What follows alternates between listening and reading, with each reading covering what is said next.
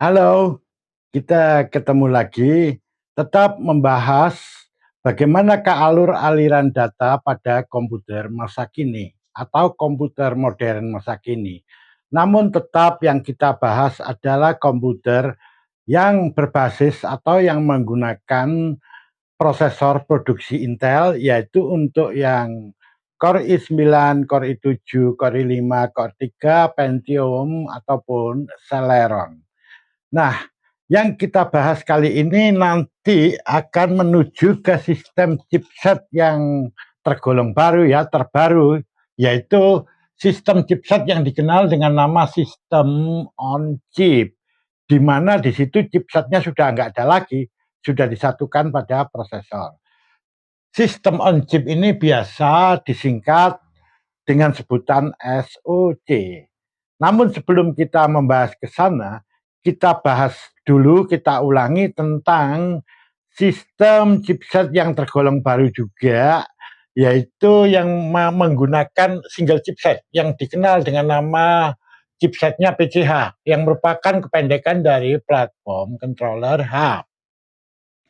Kalau pada sesi yang lalu, yang kita gunakan sebagai contoh adalah motherboard tipe desktop semacam ini.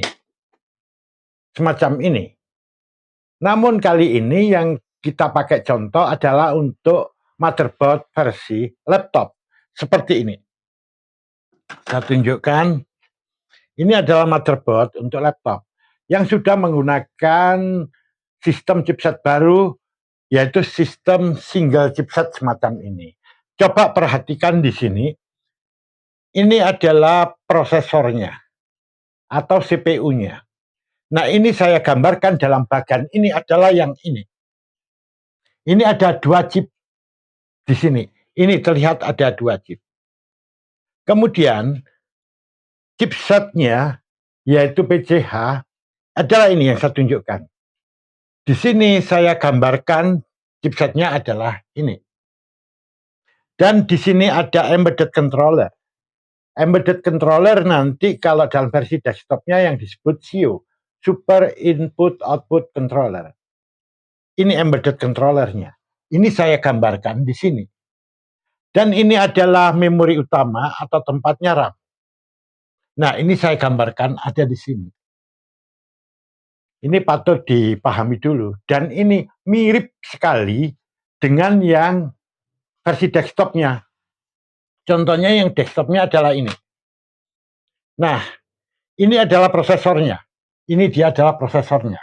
Dan yang ini adalah PCH-nya, chipsetnya. Ini PCH-nya.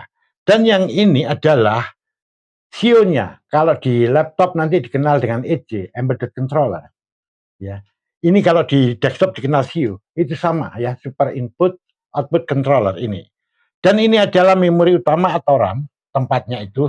Nah, ini saya gambarkan di sini. Mari kita bandingkan. Ini adalah sama persis sebenarnya kayak begitu. Yang ini adalah untuk desktop dan yang ini adalah untuk laptop. Nah, mari kita bicara untuk yang versi laptopnya. Bagaimanakah aliran data itu? Saya ulang kembali di sini. Data yang berasal dari keyboard dan mouse, jadi dalam artian ini mouse-nya touchpad itu ya, kalau di laptop, ini dia saya tunjukkan. Nah, ini adalah laptop, saya buka. Nah, ini adalah keyboardnya dan ini adalah touchpad-nya yang berfungsi seperti mouse. Ya, touchpad. Nah, di sini saya gambarkan di sini ini adalah touchpad dan keyboard.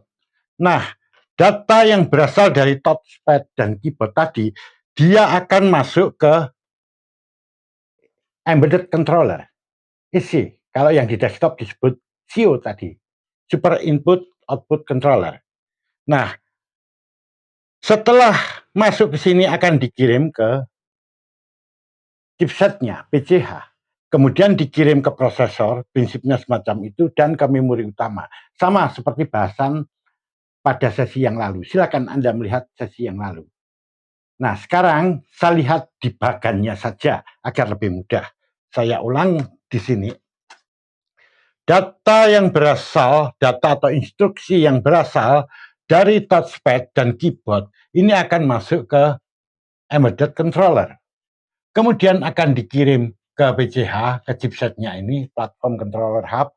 Dari PCH ini, maka akan dikirim ke memory controller. Ini adalah memory controller yang kemasannya disatukan dengan graphic controller, yaitu nanti yang dikenal dengan nama GPU di sini. Setelah masuk ke memory controller, data akan disimpan di memori, dikirim ke memori utama. Orang umum menyebutnya RAM.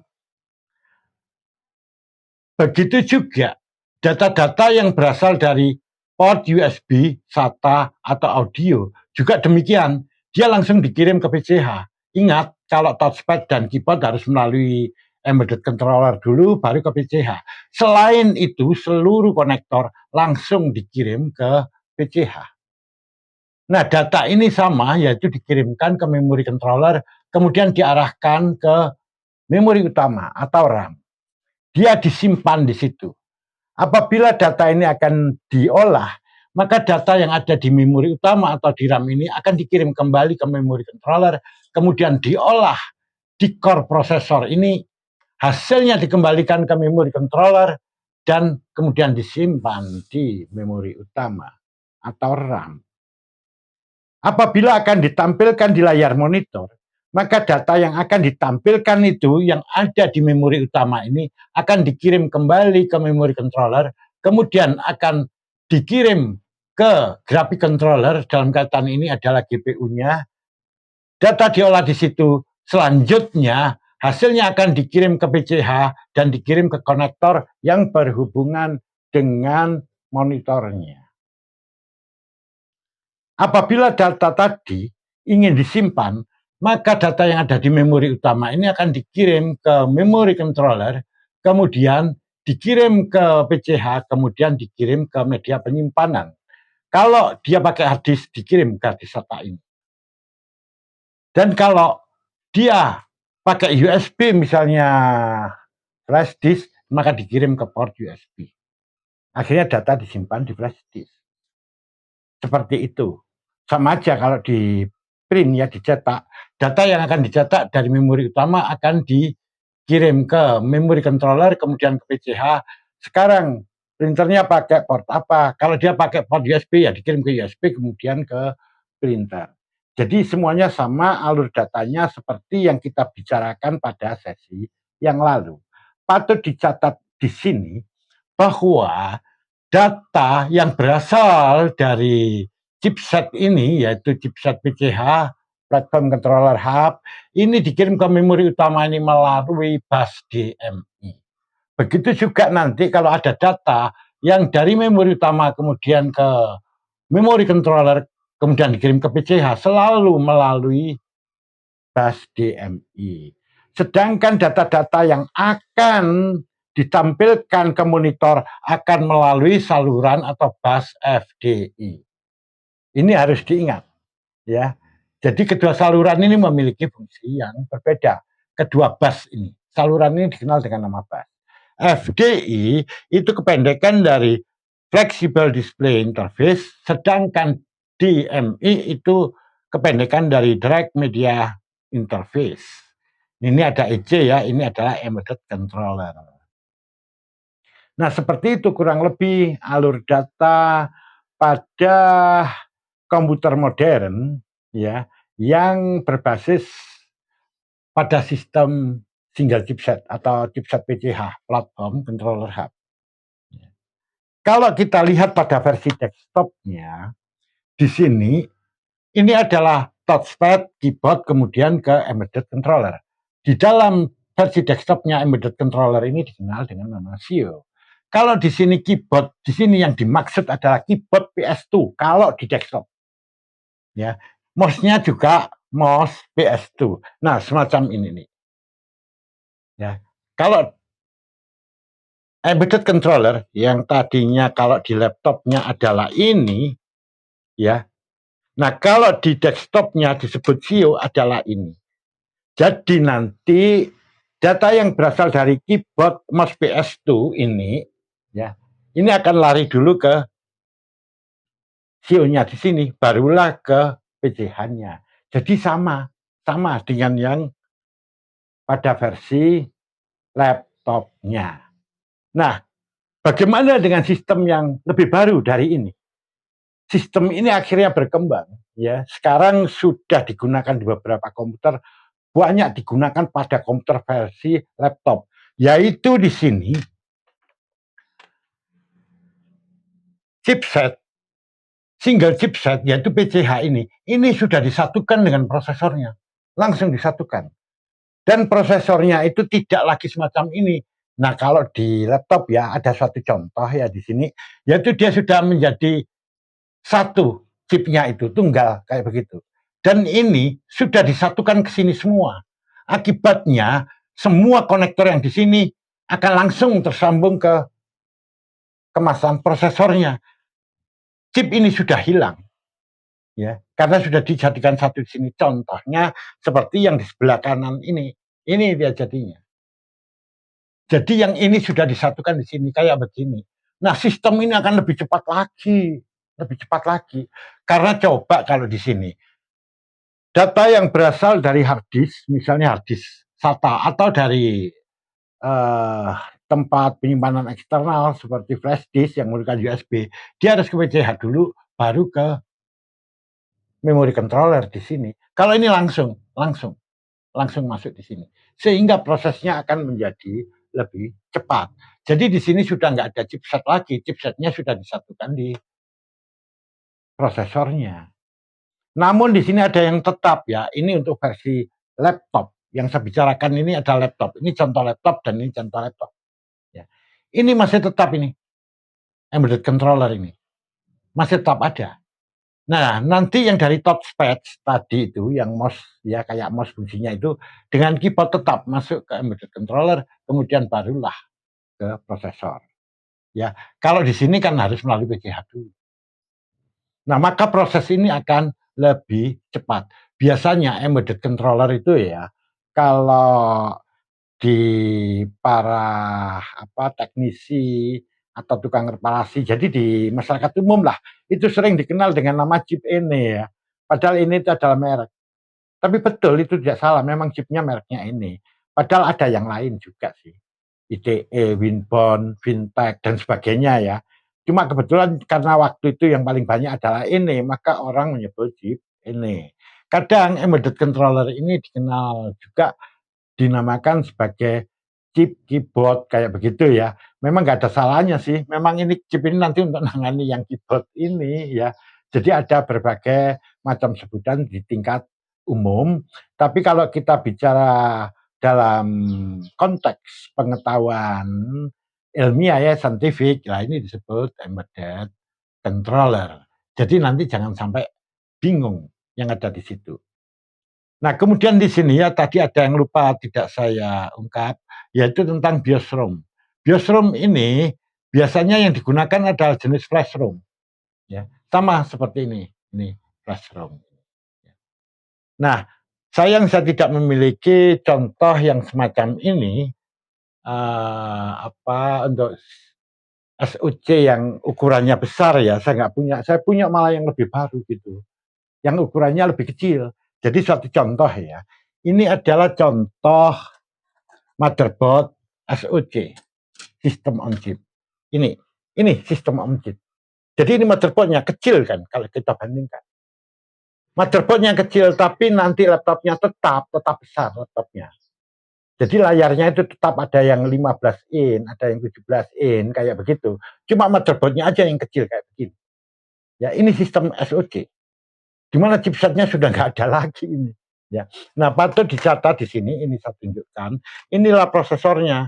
Nah, prosesornya ini kelihatan di sini sudah menjadi satu chip aja. Bandingkan dengan yang ini kan masih ada 2 chip nih prosesornya. Ya, ini ada yang satu chip, ini satu contoh ya, contoh. Jadi ini ada yang satu chip ini, dan ini memorinya ini sudah disolderkan di motherboardnya. Ini memori ini, memori utama. Orang bilang RAM itu. Kalau di sini kan memori utamanya masih terpisah. Ini sudah dijadikan satu di sini. Bahkan storage-nya dia pakai SSD itu. Ini SSD-nya Sudah dijadikan satu juga di sini, tapi ukurannya kecil. Ya, tapi tetap saja nanti ada konektor yang tempat untuk ke storage, misalnya hard disk atau SSD yang ukurannya lebih besar, tetap ada sambungan nanti di sana. Tapi setidaknya di sini sudah ada walaupun ukurannya kecil.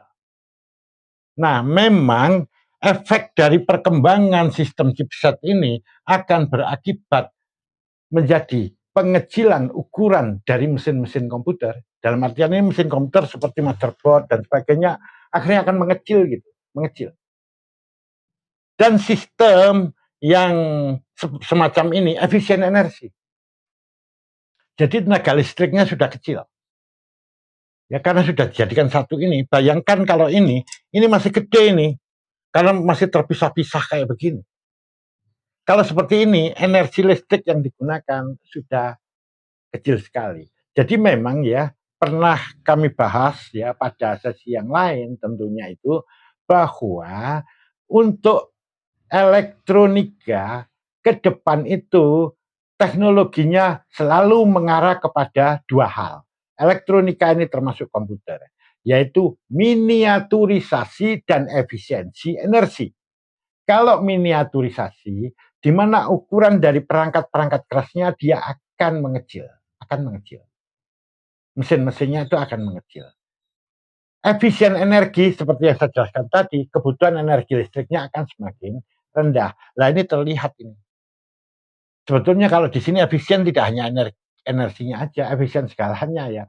Nanti dia efisien ruang ya, ruang yang ada di dalam prosesornya, di dalam laptopnya ya, menjadi efisien gitu. Makanya bentuk laptop masa kini itu banyak yang tipis-tipis ya. Jadi lebih enak dipandang dan lebih enteng gitu. Selain itu, dalam ongkos pembuatannya juga dia menjadi lebih murah ya, efisien biaya kayak begitu. Karena di sini bahan-bahannya menjadi berkurang yang digunakan. Jadi efisien materi seperti itu. Sebetulnya efisien itu segalanya tidak ada energi ya. Efek miniaturisasi itu adalah mengecil yang tadi. Nah, ini sistem chipset yang menggunakan SOC. Saya kira di sini saya tidak perlu membahas alur datanya sama semacam ini ya. Contohnya seperti data dari keyboard dan mouse akan masuk ke embedded controller, kemudian dikirim ke sini, kemudian disimpan di sini. Sedangkan ini langsung di sini disimpan, sama aja lah seperti kayak gini. Silahkan Anda berpikir sendiri. Nah, ini sekilas gambaran mengenai sistem chipset yang digunakan pada komputer tipe PC, baik PC desktop, laptop, maupun PC server. Kebetulan yang kami pakai contoh selama ini adalah yang berbasis pada prosesor Intel. Anda sekarang sudah mengenal ada 4 sistem chipset, yaitu yang lama yang sudah nggak dipakai, maksudnya tidak diproduksi tapi masih banyak beredar di pasaran, adalah sistem chipset konvensional yang memiliki dua macam chip, yaitu chip not bridge dan short bridge. Kemudian berkembang menjadi yang lebih baru, yaitu masih menggunakan dua chip, yaitu IOH dan ICH. Ya, kedua sistem ini sudah tidak diproduksi sampai sekarang ini, sudah ditinggalkan. Nah, yang masih dipakai adalah yang lebih baru lagi, perkembangan yang lebih baru, yaitu single chipset, sistem single chipset, yang dikenal chipsetnya dengan nama PCH atau Platform Controller Hub. Dan sistem yang lebih baru lagi adalah SOC atau sistem on chip. Jadi 4 model dari chipset telah Anda ketahui. Nah, kita lanjut pada sesi berikutnya. Sampai jumpa.